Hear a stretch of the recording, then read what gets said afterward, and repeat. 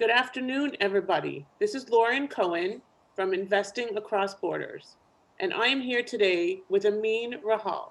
I have known Amine actually, sort of indirectly, I guess, for about 2 years. He posted something on one of the websites that you go to when you want to get some great, amazing publicity.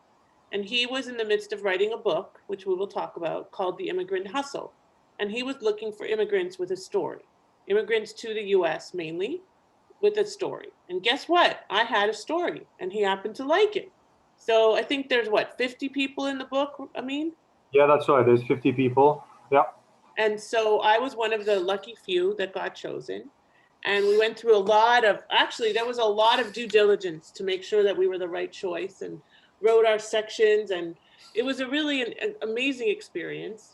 And we just launched the book, or Amin just launched the book actually last week. There was a press release. It took a little more time because of COVID and some administrative stuff that always happens in the publishing world.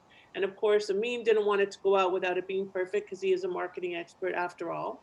And so today, or a few days ago, we started connecting on a different level, talking, interacting, talking about real estate investing, talking about being an immigrant, talking about his experience and mine. And here he is today on the podcast, a couple of days before Christmas.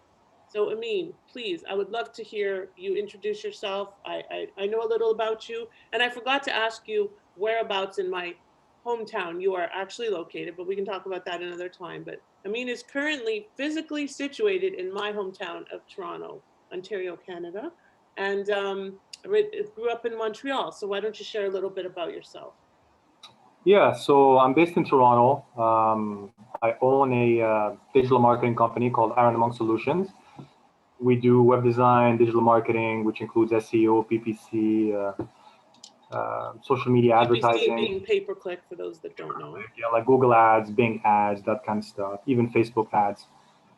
So that's what we do. And I'm also the chief marketing officer for a company in the US called Regal Assets. And this company helps people with retirement accounts. So like 401ks, IRAs, TSPs, any kind of retirement vehicle. This company helps them invest in alternative assets like precious metals, cryptocurrencies, and there's more assets coming next year. So anything that's considered, that's not stocks and bonds, basically. That's not like the traditional assets offered by, your average traditional investment house like Vanguard or Fidelity or Charles Schwab, all these guys, right? Mm-hmm. So, how did you connect with them? so they were my clients for a while.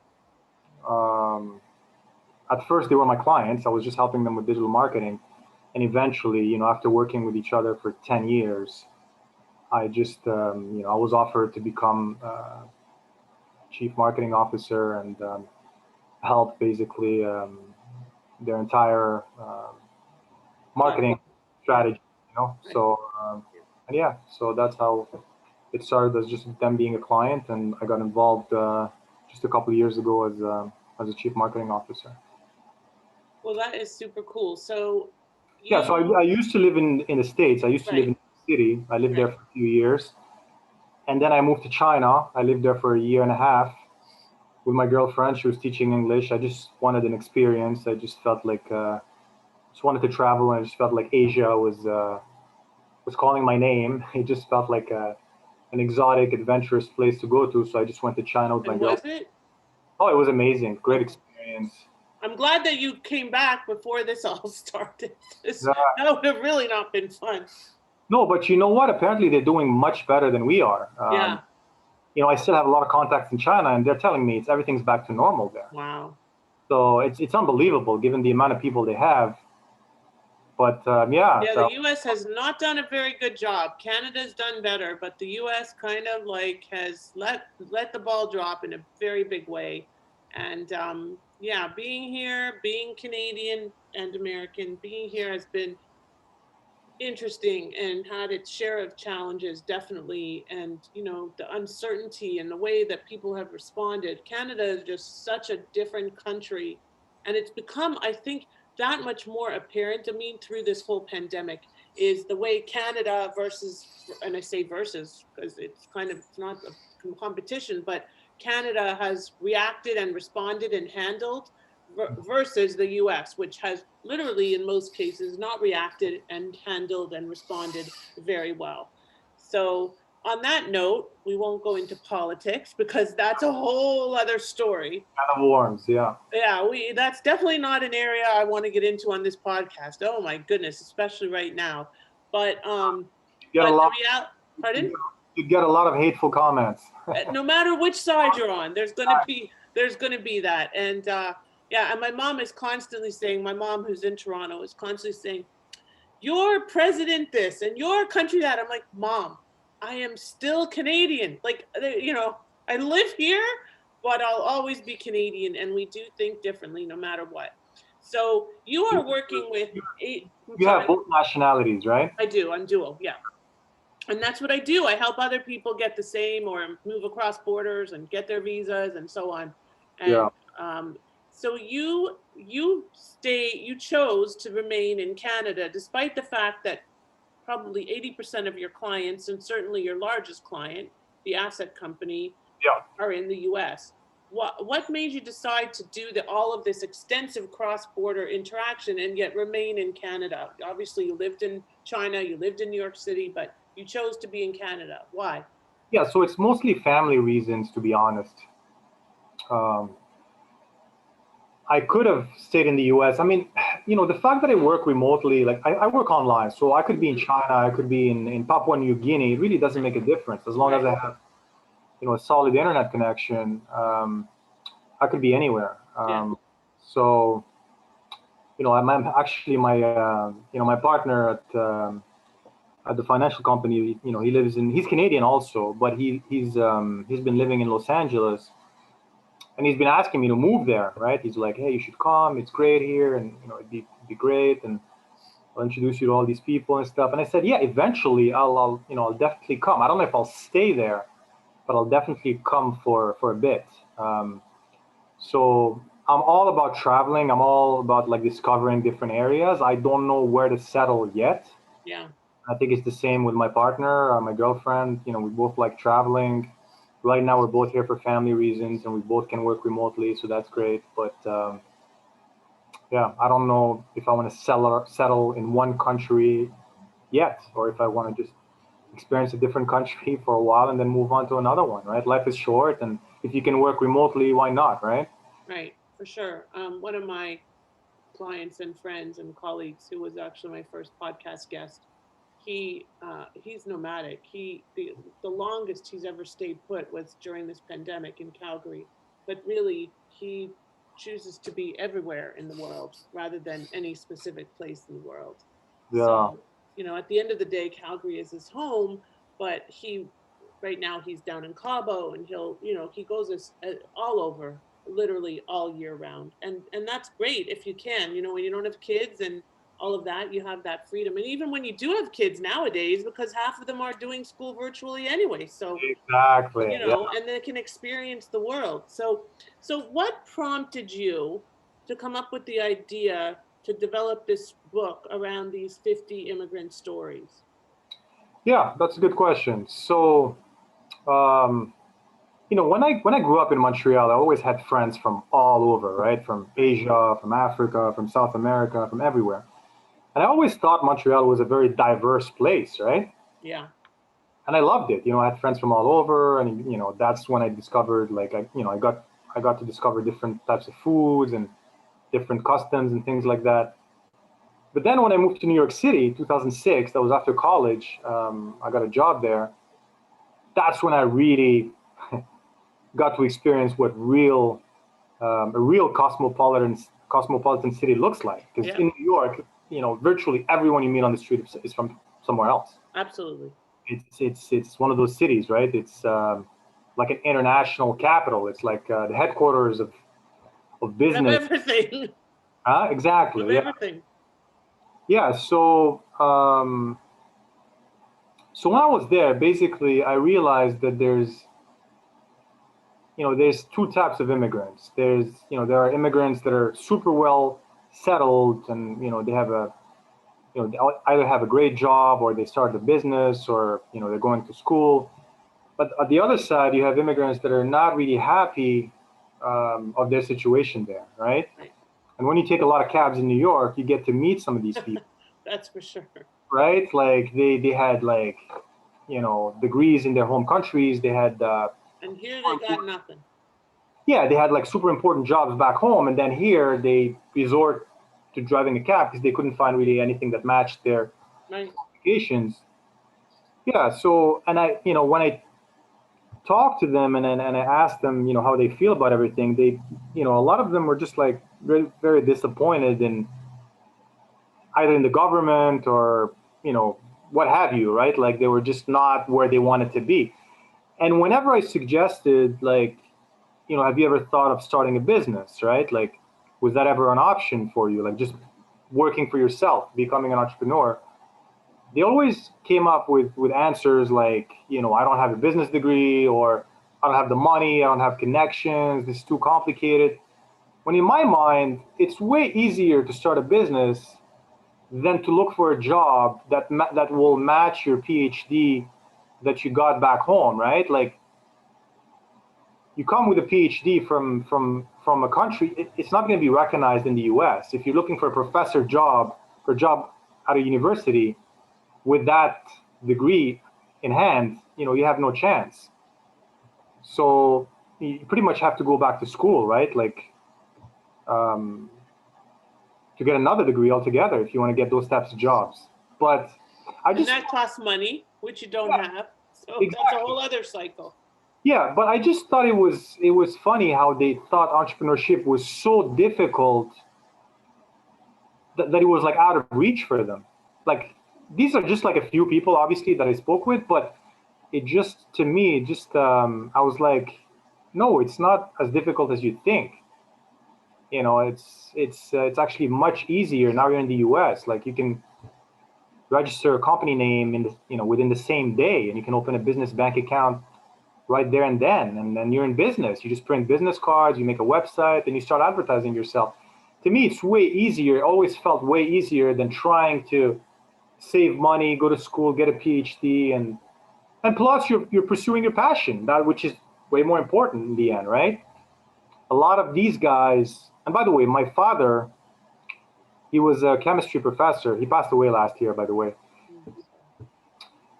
He was a chemistry professor, and I asked him a few months before he passed away. I said, Dad, if you had to do it all over again, if you had like a wayback machine and you could go back in time and you could redo your life, would you still have chosen the same career path? Would you still have gone to university, gotten a PhD, and became a professor? And he said no. He said I would have been an entrepreneur. He said I always wanted, when I was a kid, I always liked working with my hands. I always liked building things. But it was frowned upon back then. It was like the only path is going to school, and then you were forced into that path, right? Like old school immigrant mentality, right? And I don't think it's just immigrants. I think it's just old school way of doing things. Like back in the 50s, 40s, and before that, like you couldn't just go tell your parents, I don't want to go to college. I just want to be an entrepreneur, work for myself, do paint or build something, and just that's my passion, and I just want to pursue that. You couldn't do that. And so he basically went to school and got a PhD, but that wasn't really his passion. He did really good at it. He was a professor at college at a college in Montreal. But he did tell me that if he could go back in time, he wouldn't do the same thing. He would have become like he said he liked building things with wood. He would have been like a carpenter or something like that. But yeah, his parents, when he was young, there's no way they would allow him to take that path, right? So that's basically why I decided to make this book. I just wanted to show uh, mostly like younger immigrants, like I wanted to show them, hey, take this book to your parents, show them that there's another way, and look at all these people, right? Like they all, not none of them was born in and wealth. Like none of them had like millions of dollars given by the family to start their business or anything like that. They all started from I scratch. wish. Exactly, right? Well, actually, I don't wish. I'm actually pretty happy. Right, it's true. Because then you have a backup plan, and it's not always good to have that backup plan. Yeah, exactly. And then people are always going to say, "Hey, you're not really self-made. Right, You got it handed to you," and it sucks because you have to live with that. But yeah, so that's the idea of the book is to show younger incoming like people that are just coming to the country now that hey, look, you don't have to like go to college. You don't have to like save money to try to go to Ivy League school because your parents want you to. If you want to become an entrepreneur, that's definitely an option. I'm not saying it's for everyone, but it's definitely an option to consider, you know, and show your parents that look, here's these people. Because everybody knows like Elon Musk and look at all these big companies. We know that there's all these successful immigrants, right? But there's also a lot of small business owners that are very successful that you don't hear about and that have started from scratch and that have been very successful. So you don't have to just look at the top and right. say, okay, there's just these few people here that everybody knows. But then aside from those people, there's really nobody else. That's not true. There's actually way more immigrant entrepreneurs that are small and medium business owners than there are, you know, large For sure. corporation owners, right? Yeah. So, Yeah, so I think that 60% of entrepreneurs are immigrants. I think it's 60% or some. It's a crazy number. yeah, I saw something like that. Like it was over 50%. Yeah, Yeah. yeah, it's a crazy number. And part of the reason, just like with anything, is because you have no choice. So a lot of entrepreneurs or a lot of immigrants that don't have a lot of choices became entrepreneurs not by choice but by force, which is going to happen again post pandemic because people lost their jobs and so they're forced entrepreneurs, not necessarily willing entrepreneurs but forced entrepreneurs. And you're going to see a lot of really amazing businesses come out of it that are already starting to, that's the silver lining, of course. But um, what do you envision as the plan for the entrepreneurs that are part of the book and for the book itself? Like, do you want to make a movie? Like, what's your plan for it? Like, what's the impact plan? Well, to be honest, the impact was just, you know, as I said, it was mainly just to show newly arrived immigrants that there is another path. You don't have to go like six figures in debt just to get an Ivy League education, especially if it's not something you really want. It's Hmm. just the pressure, family pressure, right? Yeah, yeah, That was my main goal, like just okay. showing these people, hey, you can pursue your passion. You want to paint, you're an artist, you're a musician, or even like I said in the foreword of the book, even if you want to be a plumber, you want to be an electrician, a carpenter, it doesn't really matter. Like these, obviously your parents are not going to be happy to hear it, but you have to show them that there's a lot of success stories. And by Hell, the a way, lot of plumbers and electricians make a heck of a lot more money than a lot of entrepreneur, a lot of us lawyers, for example, right? I mean, there you go. I've yeah, been trying to find a plumber. I have a condo that I rent through see? Airbnb. I've been trying to find a plumber over the holidays, and it's impossible. Yeah, They're all booked yeah, until after Christmas, and they yeah. charge ridiculous amounts of money, right? Yeah. Imagine if you had like a really bad situation. That would not be good. Yeah. It's true though. Like these days trades are really in demand, and I have to wonder how valuable college is. And obviously I had a lot of years of college, but at the end of the day it's not about what you know, but about who you know and how you apply what you know. And I think that that's part of the story. Um, Yeah. I think that probably what you're going to find with also as a result of this publication is that you're going to have a lot of people that are you want to inspire them to take go after their passion. I think you're going to find a lot of people reaching out and learning from that how to do that themselves, figuring out how to take advantage of an opportunity that they may not otherwise know is available to them. um, And also, I think I can see already that there's going to be collaboration amongst your immigrants that were featured in the book, because that's already starting. You know, some not that everybody is collaboratively oriented, because a lot of people aren't. A lot of people are kind of like, okay, this is me, I'm doing this, and I'm not. Me, I'm very collaboratively oriented. Everything I do is about joint ventures and affiliations and relationships. Yeah. Relationship capital is my number one thing.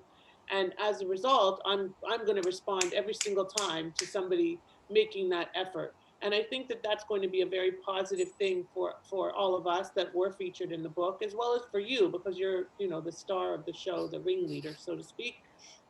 And it will help you as well, um, you know, on many fronts, I think, and build your brand across borders. Because at the end of the day, you obviously realized early on that you're not going to be able, or you're not going to have as much impact by sticking purely within your home country, Canada. You went out, you sought American and international clients, then you built this book, and it's all about going beyond borders, because the borders these days mean nothing. Hmm.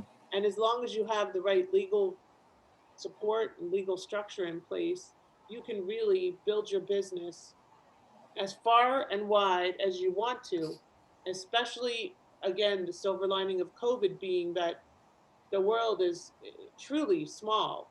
This could happen between you and I as easily as between you and someone in Australia, or, you know, Yeah. Thailand, or anywhere in the world that you want to collaborate with. And as you said, all you need to be able to function is working internet.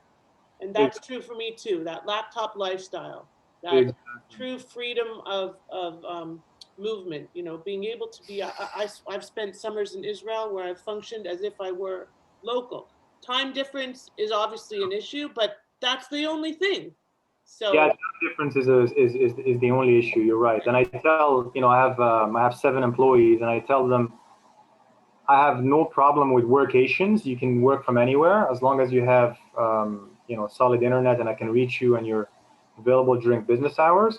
But I can tell you that time zone matters. Like time zone matters. I had one of my social media experts. She went to Japan back in 2017, and it was very very difficult to work with her from Japan. The time difference was just Yeah, it was it's very impossible. big. It's You huge. always have It's 12 hours, right?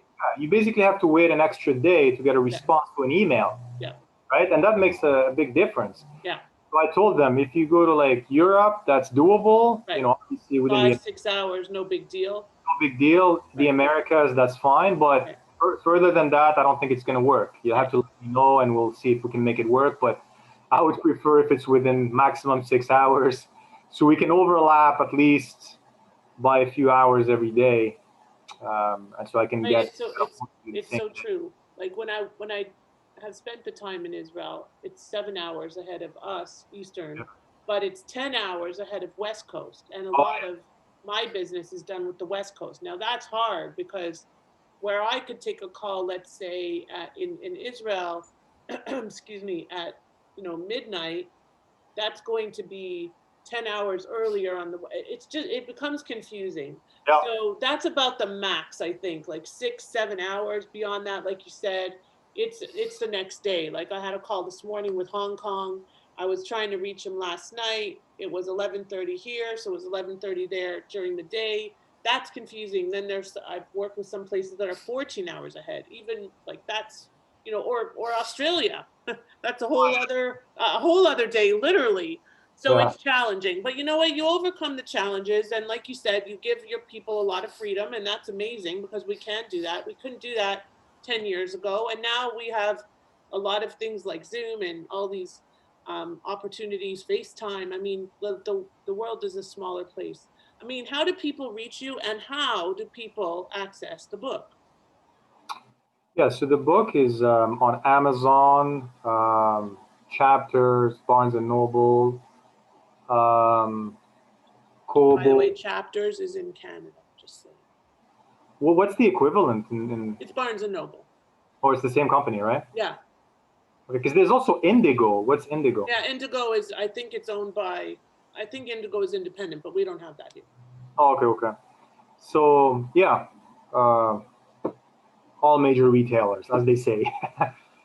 Yeah, and I think it's going to do really well. And they reach you at social media. Where's the best place to find you?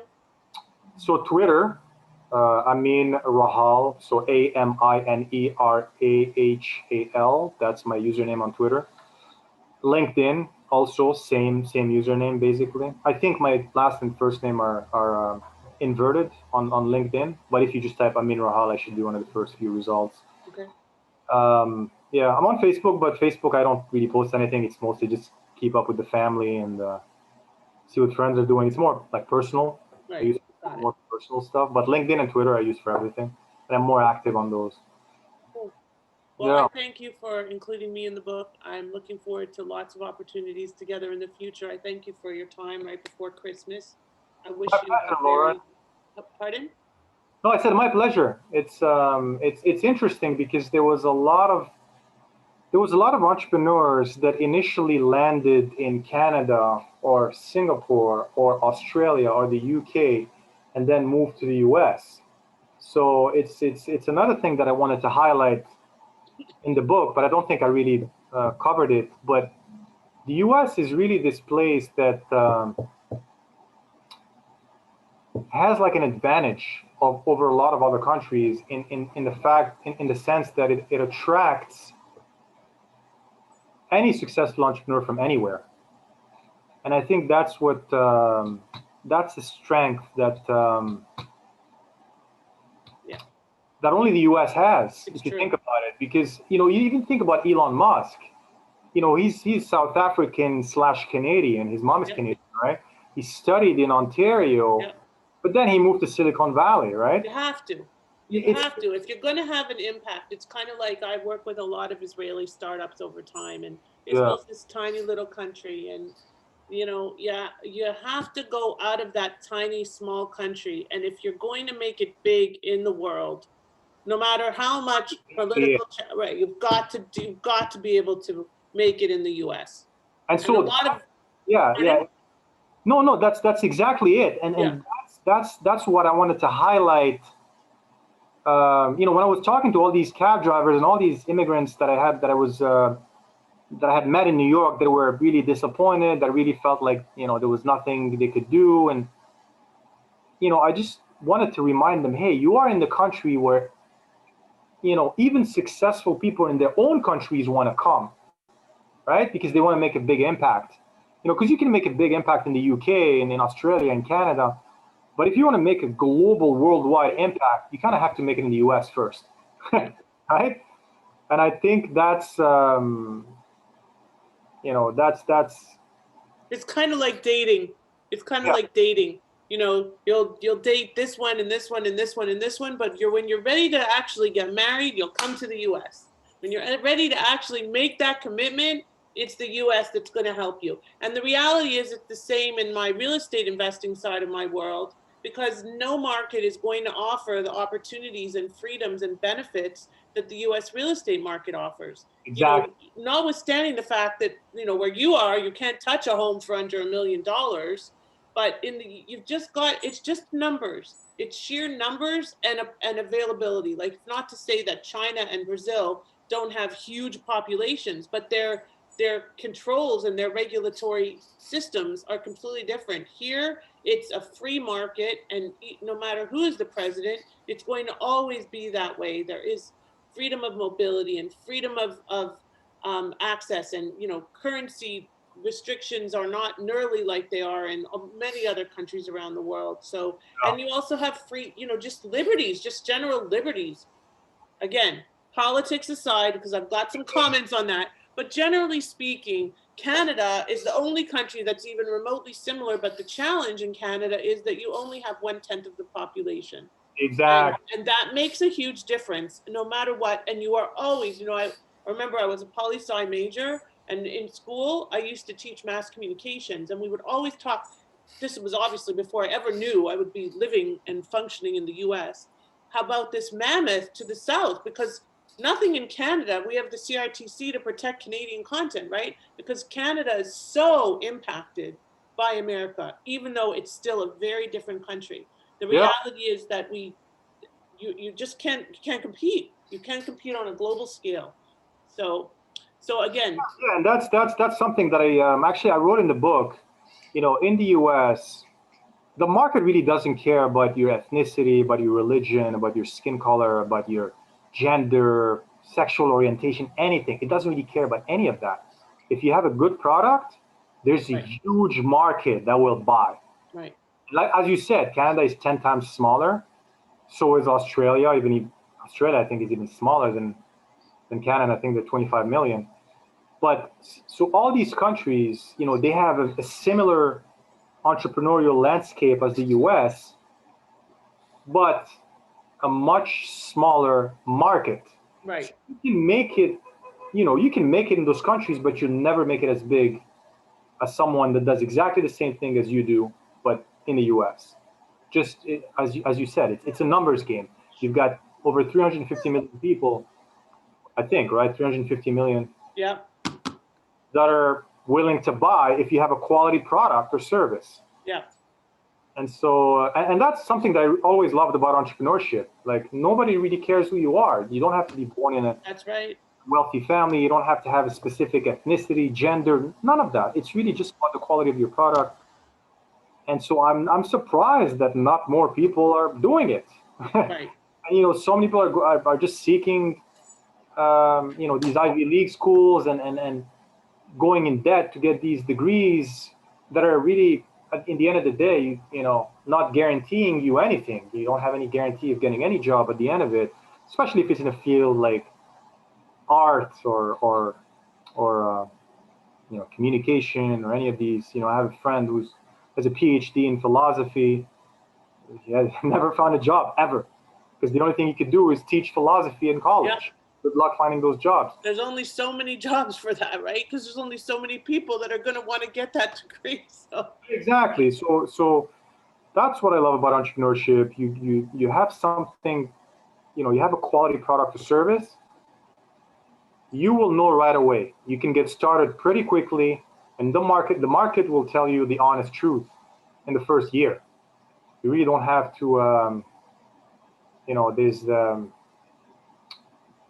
there's no lies, there's nothing. It's just about the quality of your product and whether you can hustle to bring it to market, because obviously it does take some skills to find clients, and that's where a lot of people give up. And of course, but that's obviously, and if you're not willing to invest also in the yeah, marketing and in the strategy that you need, yeah, like too many people, especially when you're investing across borders, just think it's going to be the same old. And you know, you've lived in a few countries, as have I. It's not the same old, same old. You can't apply the same principles to business in Canada as in China, as in the US, as in the UK. And there are not the same rules of engagement. And you yeah, can't go to China and expect people to shake your hand the same way as in the US. They're going to greet you in a different way with a nod, and you know, and if you're these are cultural differences. So there's all kinds of steps in the process, and I think it's just super important to understand that we are, as much as we are all the same, we are not. And if you think that you're going to be able to just do what you did in your home country, wherever you're expanding into, or in the US from that country, you're wrong. And you need the proper guidance to help you in that process. So, yeah. so I am going to wish you again happy holidays to you and your family, and hopefully we'll meet in person someday soon. Next time I'm in Toronto, whenever that may be. Well, I actually have a lot of people to visit in Florida, so it might be easier to meet down in Florida There you go. than up here. Well, hopefully it will all be a thing of the past soon, and stay safe, and all the best for the new year. I look forward to a lot of opportunity with you. Thank you so Thank much. you. Yeah, thanks, Laura, and you too. Thank Have a great holiday season.